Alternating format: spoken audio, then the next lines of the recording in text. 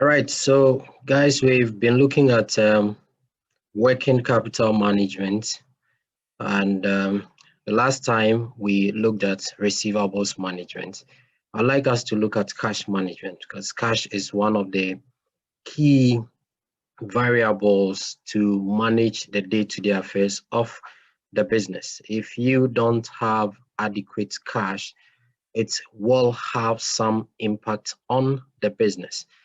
And then if you have excess cash as well, that means that you are keeping resources idle and that do not, add value to the shareholders' wealth.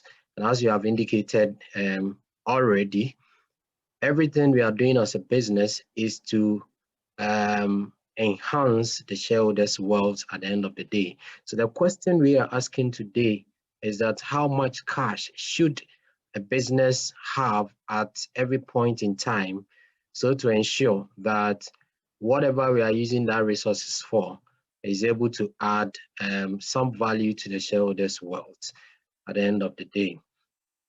Um, so we want to look at the objectives of holding cash. We want to look at what cash consists of as a business. And then we look at how to plan for cash. And then also to look at models that will help a business to determine the optimum cash that a firm must hold at every point in time. Okay, so the essence of holding cash must be obvious to us. Cash is the most important current asset for business operations. If you don't have it, I mean, your activities as a business may have a question mark.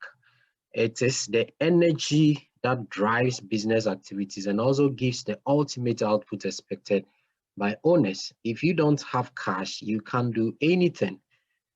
Liquidity is one of the most important things to deal with in a business.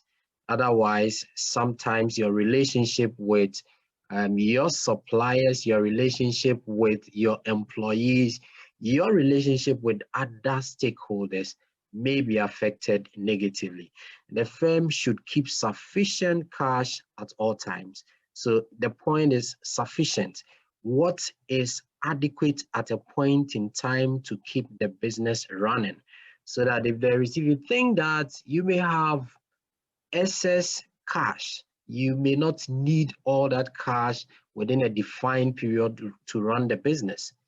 The question is, how much do we need at a defined period of time so that if there is any excess of that, we can put that to other profitable use so that eventually that can also bring in some returns to enhance the shareholders' wealth. Let us note that excessive cash will not contribute to the firm's profits, and shortage of cash will also disrupt its manufacturing operations. So the question is, how do we balance it? Now, to understand all this, by the end of everything, we should be able to understand the meaning of cash, right? And the what we call the near cash assets, right? So cash as a business is not just the physical cash that you have in the safe, but it may consist of other things. We must understand the importance of cash management in a firm if we really want to enhance the shareholders' wealth. If we should know exactly how much cash we require, there should be some techniques that we should apply to help us to determine the inflows and the outflows of cash so far as the business operations are concerned. How do we manage the outflows of cash? How do we manage the inflows of cash?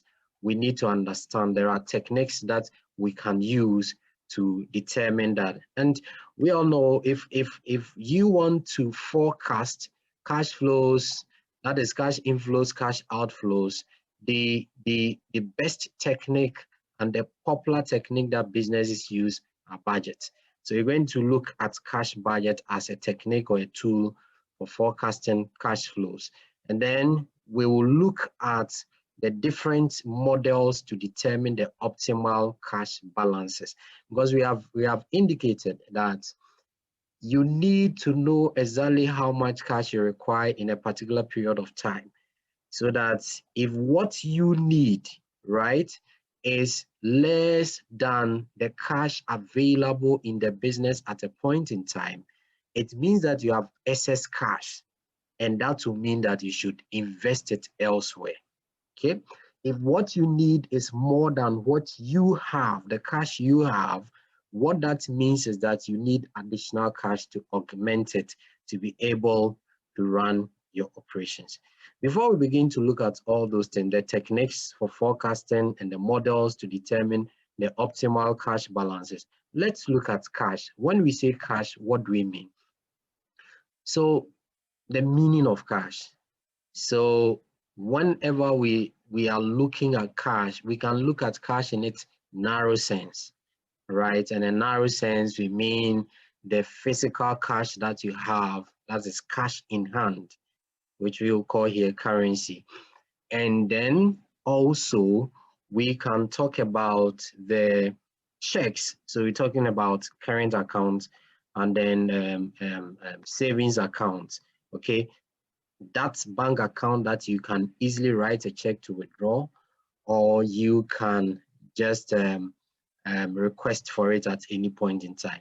You can also look at cash in its broader sense, right? And that's, if you are looking at cash in its broader sense, in addition to the narrow sense, which is the currency and then the current and savings accounts, you can also talk about marketable securities, right? Short-term investments like treasury bills, right? Time deposits, okay? So this is what we mean by broad. So in terms of the broad sense of cash, we are looking at the cash in hand, the cash at bank, short-term marketable securities like treasury bills, fixed deposit, etc. Right? Great. So then let's look at the concept of cash management, right? And the idea behind that. Now, whenever we are looking at cash management, all that we are concerned with is that we should be able to manage how much cash goes out and how much cash comes in, so that it will ensure that our business runs smoothly at all times, right? So cash management is concerned with management of cash flows in and out of the firm.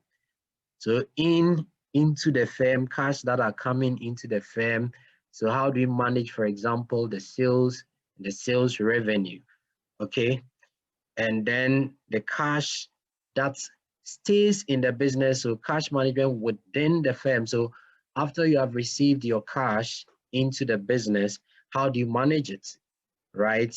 And then management of cash balances held by the firm, deficit financing or investing surplus. Okay, so when you are able to manage the inflows and the outflows, you definitely will have some cash balance in there, right? And of course, it can be a surplus or it can be a deficit, depending on whether the outflows exceeds the inflows or the other way around. Now, if you have a deficit or you have a surplus, how do you manage that as well? So this is all that cash management is about. And the intention is to ensure that we don't experience shortages of cash, nor experience surpluses of cash. Because I've told you before that anytime you keep any asset, a unit of assets idle as a business, what you are doing is that you are adding more to cost than to revenue. Cash management tries to accomplish at a minimum cost the various tasks of cash collection, payment of outstanding debts, arranging for deficit funding, and surplus investment. So look at these four areas: cash collection, right?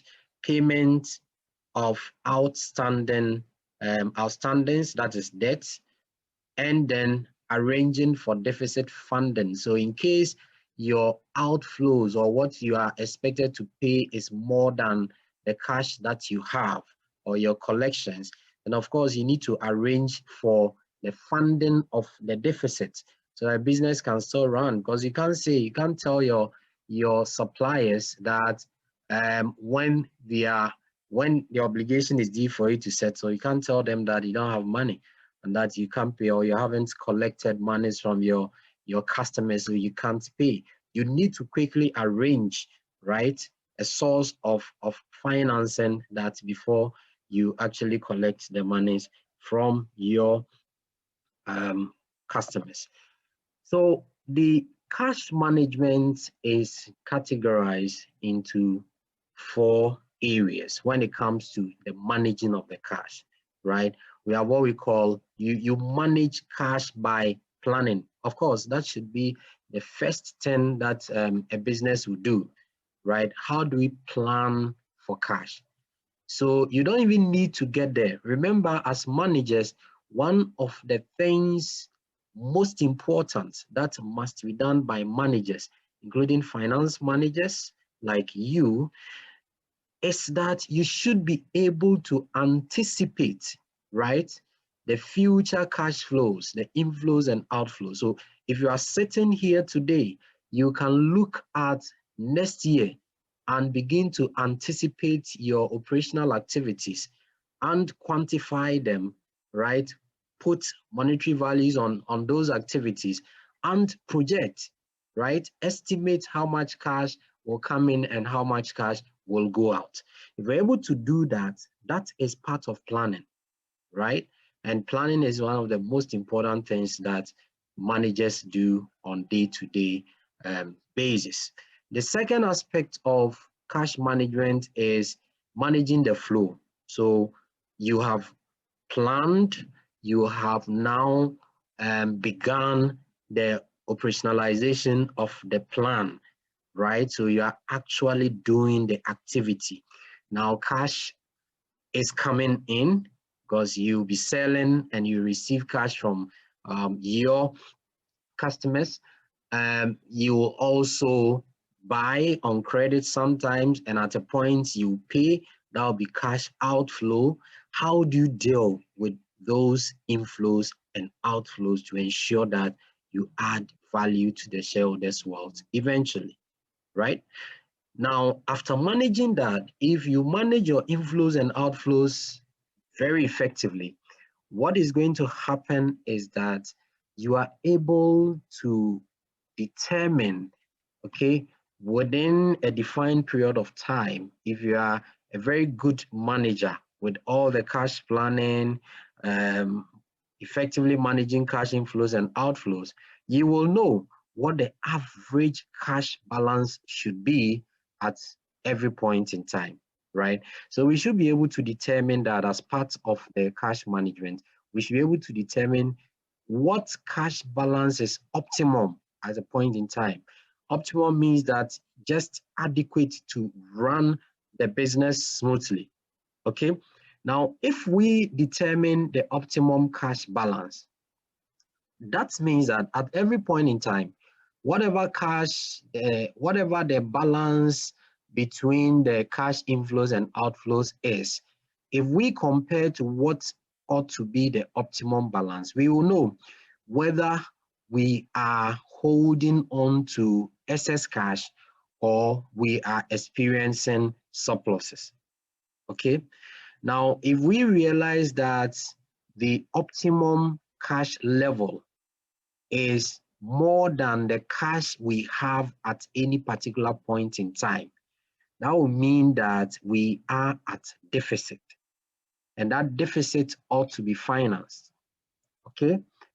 On the other hand, if we realize that the optimum cash level, but the optimum cash level is like it's like a standard, okay, it's a benchmark.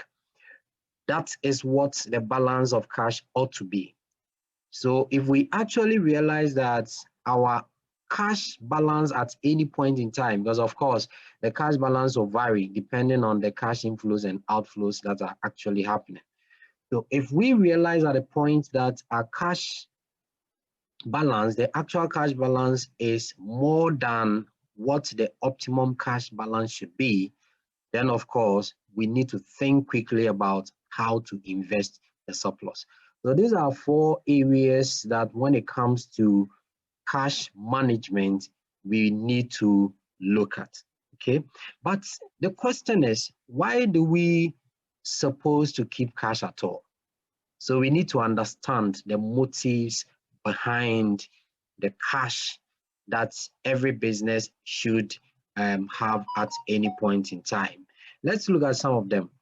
This is just a diagram of the motives of holding cash. Some of us have studied these things before in economics, basic economics. Whenever we are keeping cash, we have at the back of our mind that there is a transaction, right? A transaction cost that we need to incur as a business. So transactionary motive is one of the motives that determines how much cash we should hold at a point in time. Okay, let's look at, so we have transaction motive, we have precautionary motive, we have speculative motive, then we have compensating motive. Let's look at them a little bit detail.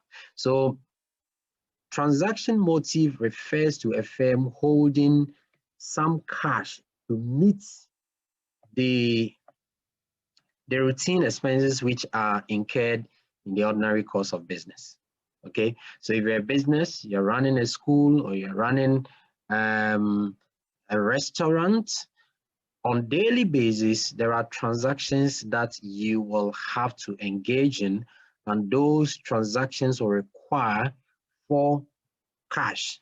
Okay, so if you are running a restaurant, on daily basis, you have to go to market to buy ingredients. Okay, you may have to buy some things that you need on daily basis to run the business. You need cash for that. So that is transaction motive. Then we have precautionary motive, right?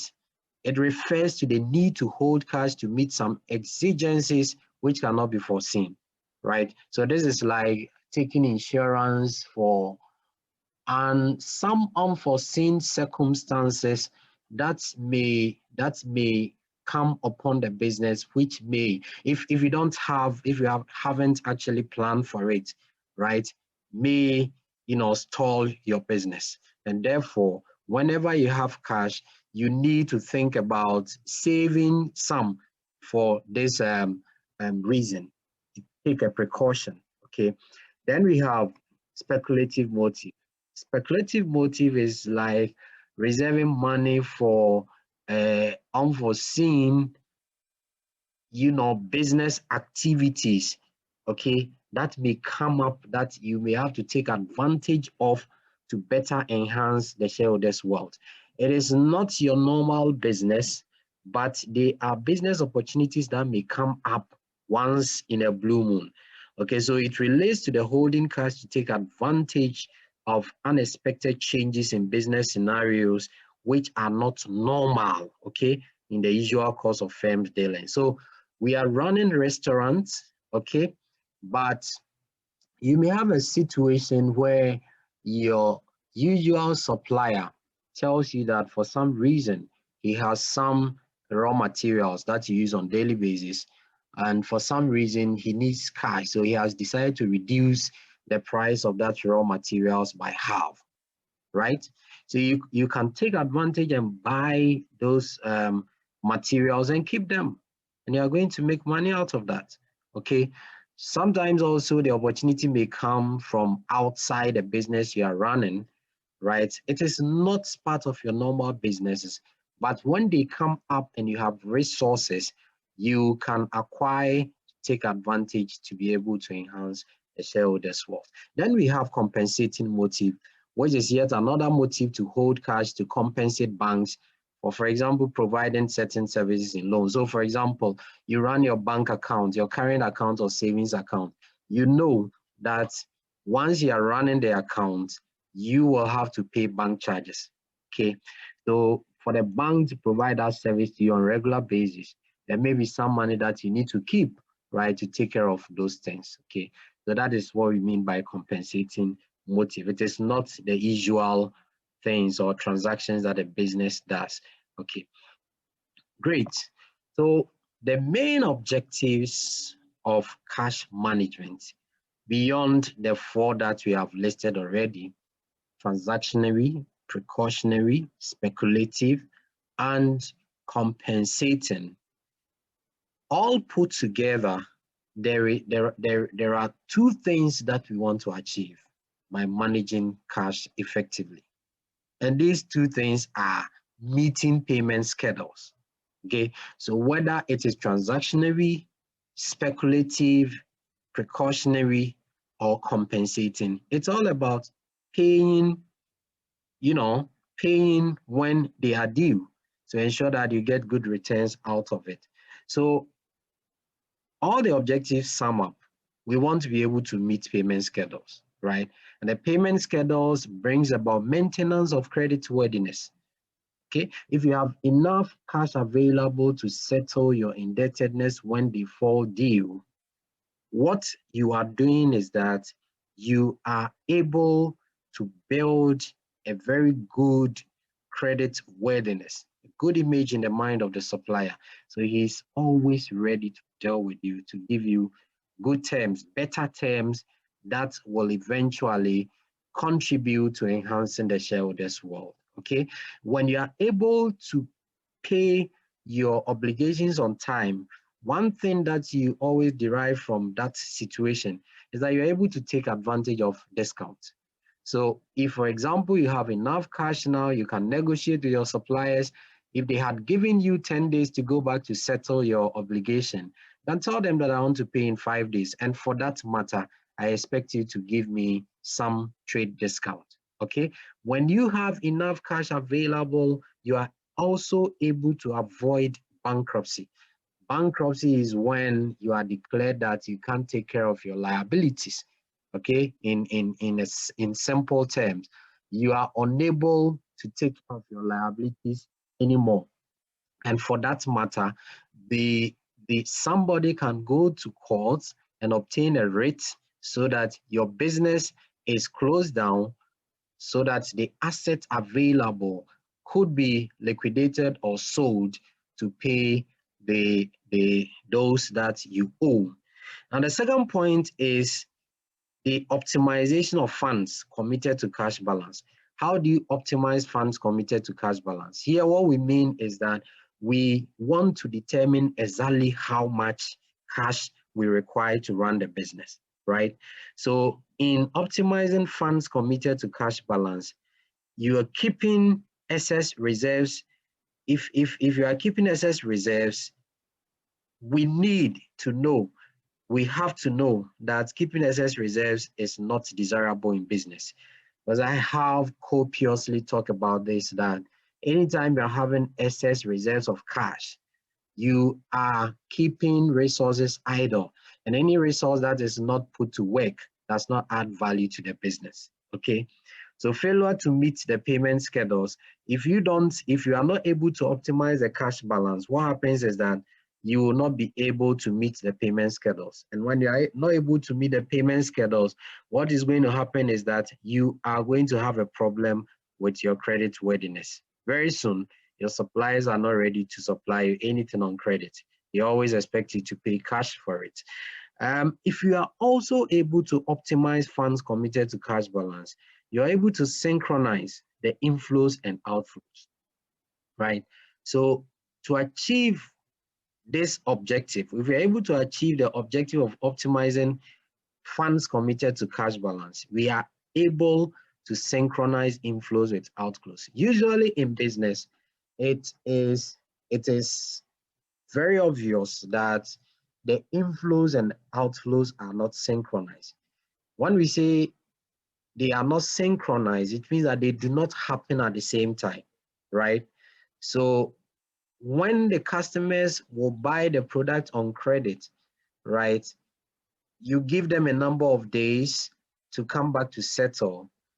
That number of days, or when they are coming back to settle, may not happen at the same time as you have to pay your suppliers. Okay, so the question is, how do you pay your suppliers when customers hadn't paid? right? This calls for proper management of the cash to be able to determine the optimal balance of cash that should be available to take care of all those situations so that internally you can synchronize the time, okay, to ensure that your suppliers get their money on time when they are due, okay? So we're now going to look at the sections, some of the sections of cash management, okay? And if you remember, when we're looking at the objectives, the learning outcomes, we said that we should be able to engage in cash planning so that we are able to actually plan for inflows and outflows before they actually happen, right? So the first thing that we are looking at is cash planning. Planning precedes everything we do in business. So in cash planning, what do we do? Cash planning is simply a technique to plan and control the use of cash. Remember, planning means that we are looking into the future. This is not the actual. We plan before we get to the actual, right? So this is just a technique. It helps in developing a projected cash statement from the expected inflows and outflows of cash. So you project for inflows, you project for outflows, and if you take the outflows from the inflows, you will get a plan cash balances for the periods that you are planning for. It can be done on daily, weekly, or monthly basis. Okay, and this is where we apply budget. Okay, budget is one of the most important tools that is used for planning in business. So in this case, cash budget is what we are talking about, because we are talking about cash management. So cash budget is a device which is used to plan and control cash receipt and payment. Okay. We will have time to look at illustration. So we'll meet again just for illustration where we'll pick an illustration, a scenario, and look at how cash is planned with the use of a budget. Okay, now let's look at the other models that can be used or employed to determine the optimal or optimum cash balance. Okay, let's just a little information in addition to the cash budget. So cash budget is a prepared, or cash budgets are prepared based on the following three methods. You can use receipt and payment method, right? You can use income and expenditure method, and you can use balance sheet method. So if you are using receipt and payment method to prepare a cash budget, all that you are doing is that how much are you receiving? How much cash are you receiving? Okay, how much cash are you paying out? Do you get it? Okay, so irrespective of whether you are paying for a capital expenditure or a revenue expenditure, once you are paying it, we want to know your total payments at the end of the day, and we will compare that to the total receipt of cash at the end of the day. Okay, then we have income and expenditure method. So income and expenditure method, we are also looking at how much income we are making and how much expenses we are incurring. Then the balance sheet method, where we are looking at assets, liability, and equity. Okay, here relative to cash. So in terms of asset, how much cash have we paid? In terms of liabilities, how much cash are we getting out of it? Let's say you contract a loan from a bank.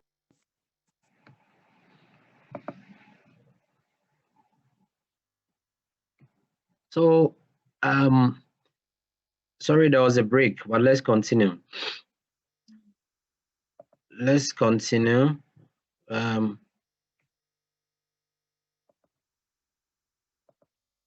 Yeah, so we're looking at these things, types of or methods that we can use to plan, to plan by using the cash budget. Okay, so with the balance sheet method, we are looking at asset cash that are coming in or going out with respect to assets, liabilities, and equity. Okay,